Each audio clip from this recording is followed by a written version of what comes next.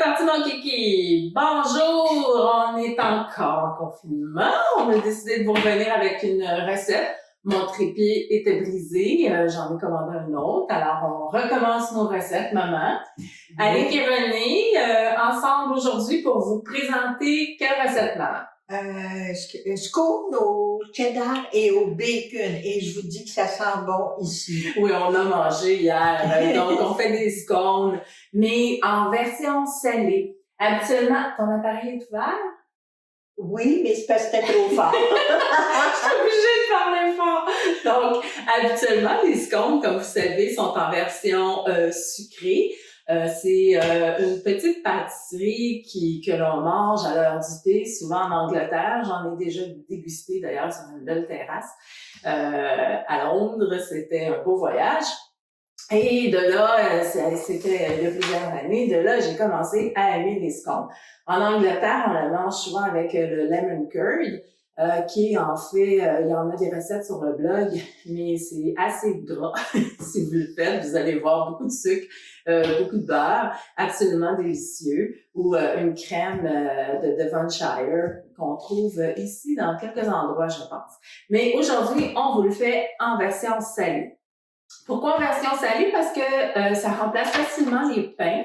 C'est très facile à faire, comme vous allez voir, un scone. Et cette version que j'ai conçue est absolument délicieuse. Vous allez pouvoir retrouver la recette sur mon blog www.unemèrepoule.com. Si vous la prenez pas en note, c'est pas très grave. Donc, on commence, maman. Tu peux me donner les ingrédients? Ah oui, d'accord. Alors, la portion, c'est 8 scones. À peu près. Et puis, la préparation, c'est 15 minutes. Ouais. Puis la cuisson, ben, c'est 20 minutes. Ouais. Bon, alors, je vais donner les ingrédients. Oui. Mais par contre, peut-être qu'on pourra ouvrir le four à Ouais. 375 ou 190 Celsius. C'est ça. Moi, je l'ai pas ouvert parce que ça fait un petit peu trop de bruit. Je vais les cuire, je vais les faire cuire tout à l'heure. D'accord. Alors, c'est 2 tranches de bacon. Oui. Alors, pour le bacon, je vais vous expliquer, je l'ai fait pré-cuire. Alors, ce que j'ai fait, je l'ai mis entre 2 papiers d'essuie-tout. J'ai envoyé ça au four à micro-ondes, à peu près, selon vos micro-ondes, c'est jamais pareil d'un à l'autre. Vous pouvez calculer à peu près 1 minute 30 à 2 minutes de cuisson si votre bacon était congelé. Le mien l'était. J'en tiens jamais vraiment à manger, j'aime trop ça, donc je le mets exactement au congélo. Donc, sinon, calculez peut-être 1 minute. On coupe après ça en petits dés, tout simplement. Okay. C'est bon. Alors, on ajoute à ça 2 tasses de farine, 250 grammes. C'est ça. Une cuillère à soupe, 15 millilitres de poudre à lever. Oui, que j'ai ici. OK. Une cuillère à thé de sel. Oui. Ici, une cuillère à thé de sucre. Oui. On a tout mélangé. J'ai tout mélangé, je vais rajouter. Ah, d'accord. Puis même le paprika? J'ai mélangé le paprika fumé. Donc, c'est une demi-cuillère à thé de paprika fumé. Puis une demi-cuillère à thé de poivre de cayenne. Oui, ça donne un petit côté piquant qui est très agréable. Oui. Moi, je suis une amateur de paprika. Je sais pas si vous aimez, je suis tombée en amour avec le paprika pendant un long voyage, cette fois-ci en Hongrie. On l'utilise, le paprika, il y a le paprika espagnol qui est utilisé dans la chorizo, qui est un petit peu plus piquant. Vous avez le paprika hongrois qui est beaucoup plus doux. On trouve tout ça en supermarché. Et vous avez le paprika fumé, finalement, qui est un paprika doux, qui est fumé, qui donne, on le met en accent parce que le goût est quand même assez fort. Donc, une demi-cuillère à thé ici, c'est assez pour retrouver cette note qui est délicieuse. Mais plus que ça, vous allez peut-être la trouver un petit peu trop envahissante. Donc, je mélange tout ça ici. D'accord. Avec le fouet. Pas plus compliqué que ça. Voilà. OK. Puis là, bien, rajouter une demi-tasse de beurre non salé, bien froid. C'est ça, le mien est un petit peu moins froid parce que j'ai préparé mes choses. Pour avoir des scones feuilletés, il y a deux choses qui sont très importantes. C'est avoir un beurre froid et aussi ne pas trop manipuler votre pâte. Ça fait une grosse différence. Autre truc encore pour avoir un scone qui est encore plus feuilleté, qu'on fera pas, que j'ai pas indiqué dans la recette, c'est de les laisser reposer 30 à 45 minutes au frigo avant de les mettre au four. Moi, c'est une étape que je fais pas habituellement parce que on est souvent pressé puis que j'ai pas le goût de passer mon temps dans la cuisine à revenir. Puis je travaille ici, moi. Fait que télétravail, moi, ça me connaît. Ça fait des années que je fais ça. Donc voilà, j'ai tout acheté. Alors tout ce que j'ai tout râpé. J'ai pris le côté des gros orifices.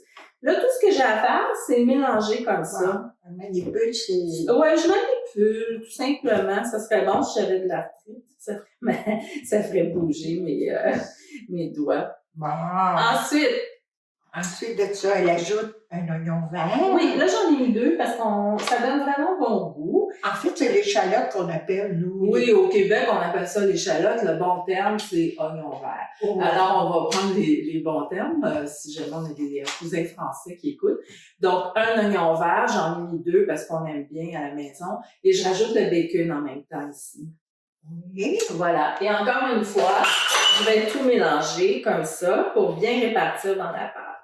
Bon, vous pouvez prendre une cuillère, mais les mains propres, là, franchement, là, c'est un excellent outil de travail. Voilà. Bon, les oignons sont coupés en petites rondelles. Oui, c'est ça, oui, exactement. Puis, il faut... Ah, tu vas mettre les œufs avant le fromage. Ben, là, je vais faire... Ah oui, le fromage, merci, maman. Une demi-tasse de fromage râpé.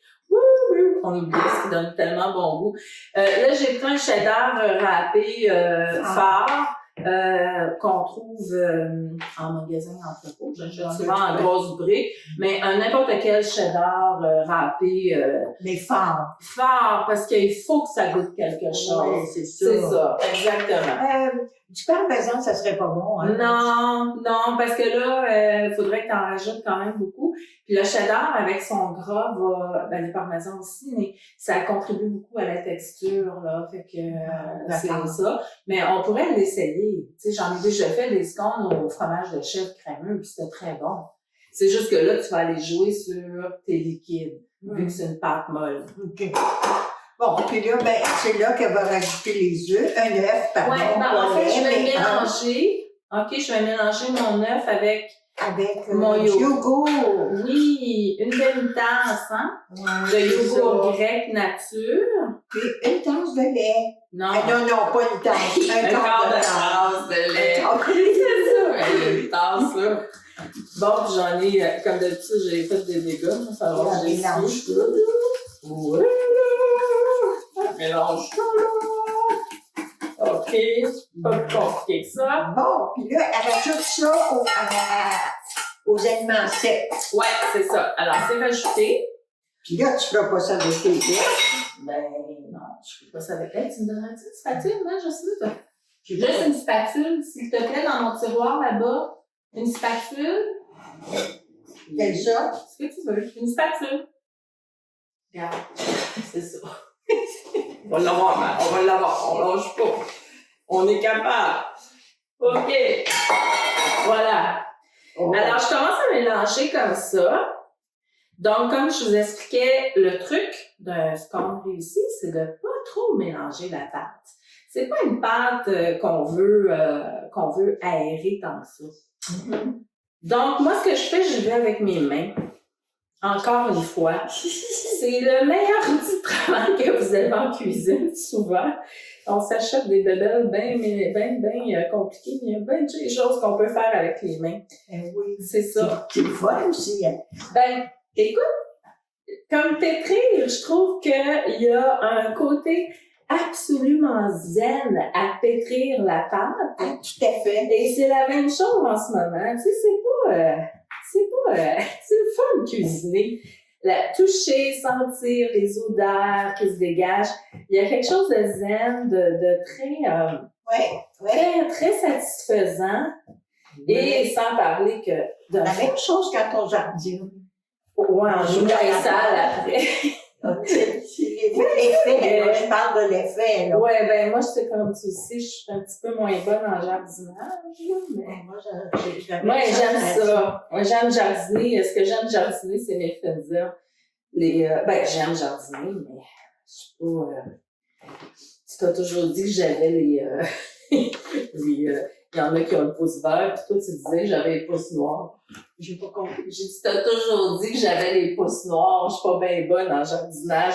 Mais j'ai des orchidées. Ben, tu me surprends, là. Oui, parce que mes orchidées, ça fait 1 an que je les ai. Oui, puis la plante que ta copine t'a... Ah oui, oui. Ben là, je sais pas. Non, qu'est-ce qu'elle va avoir, oui, là. elle est arrosée toutes les semaines en ce moment, même si on peut pas y aller. Il y a quelqu'un qui va faire un tour au chalet pour moi, puis qui s'occupe de voir que la maison est correcte. Oui. Elle arrose la plante. La plante.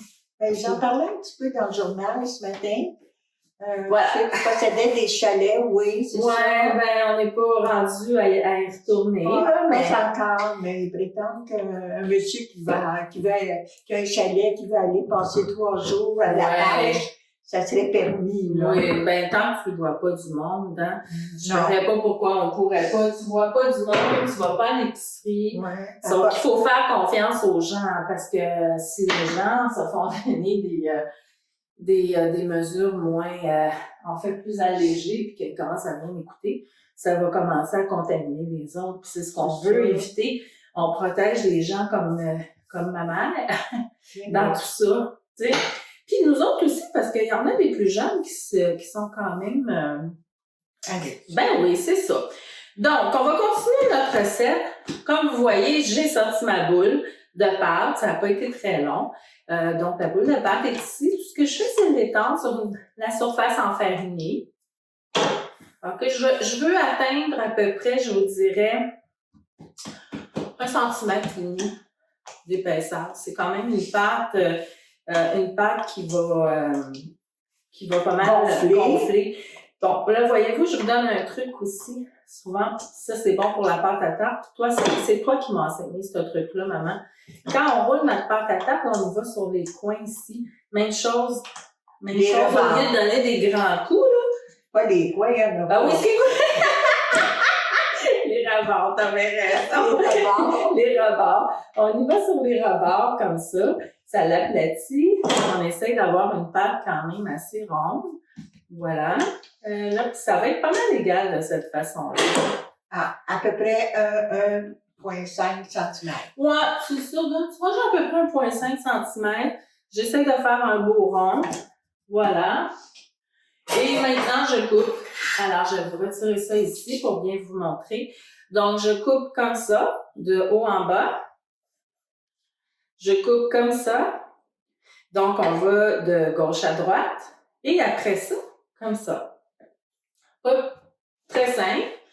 Je vais obtenir 8 scones. D'à peu près la même dimension. 8 portions. Ouais, j'ai 8 scones. Alors, je mets ça sur ma plaque. Oh oui, mais on a mis un papier. Oui, j'ai mis un tapis en silicone pour prendre moins de papier parchemin. Je vous le conseille toujours dans les recettes. Je parle toujours d'un fameux tapis en silicone. J'en ai un ici que j'ai depuis des années, qui est quand même de belle qualité. Puis franchement, si vous en achetez un, oui, c'est pas donné, mais vous allez voir, il va vous suivre très longtemps. Des fois, il y en a qui sont moins de qualité, là, comme j'en ai un au chalet qui est un peu moins de qualité, puis c'est très bien aussi. Donc, je place mes scones toutes sur la même plaque, comme ça. Voilà. Puis c'est tellement bon. Ah, c'est bon. Hier, on a mangé ça avec un potage pour le lunch et franchement, ça a fait un très, très bon repas. C'est un potage de légumes, là, évidemment, parce que il n'y en a pas trop là-dedans. Avec un petit peu de beurre, là, c'est délicieux. Donc, maintenant, j'envoie ça combien de temps au four? Ben là, je l'ai dit tantôt. Ouais, 20 minutes, hein? Attends un peu. 20 minutes. C'est ça, 20 minutes au four à 375. J'ai pas mis, il y en a qui vont mettre une glaçure d'œuf dessus pour que ça soit un petit peu plus reluisant, un mélange de jaune d'œuf avec de la crème. Moi, j'en ai pas mis, je vais vous dire. Vous allez voir, la couleur va être assez vive et orangée, à cause du fromage, 2 à cause des épices que vous avez rajoutées. Ils sont très bons comme ça. Donc, on met 20 minutes. au four à 375 et voilà, c'est terminé. Vous avez de magnifiques scones, absolument délicieux. La recette va être sur le blog, comme je vous ai indiqué au début, donc www.unemerpoule.com. Vous avez plusieurs délicieuses de recettes dans mon livre de recettes Cuisine au gré des saisons pour Mère Poule ou Pudding, en vente chez Renaud Bré, chez Archambault, les librairies indépendantes, même au supermarché Avril, tout ça en ligne, même si on est en confinement, vous pouvez le faire venir. Et surtout, ne pas oublier mon magazine électronique qui est aussi offert dans la boutique de mon blog. Tous les revenus sont envoyés aux banques alimentaires du Québec. Merci à ceux qui ont déjà contribué. On est déjà dépassé le 1000 repas d'affaires, objectif 5000. Je vous remercie d'aller contribuer. Vous allez avoir 35 délicieuses recettes, 25 salades et 15 vinaigrettes que vous allez pouvoir utiliser tout l'été pour manger de délicieuses salades. Alors, on vous remercie. Merci d'avoir été là. J'espère que la recette vous a plu. On va vous faire d'autres capsules vidéo parce que je pense que le confinement n'est pas encore terminé. À bientôt! Bonjour.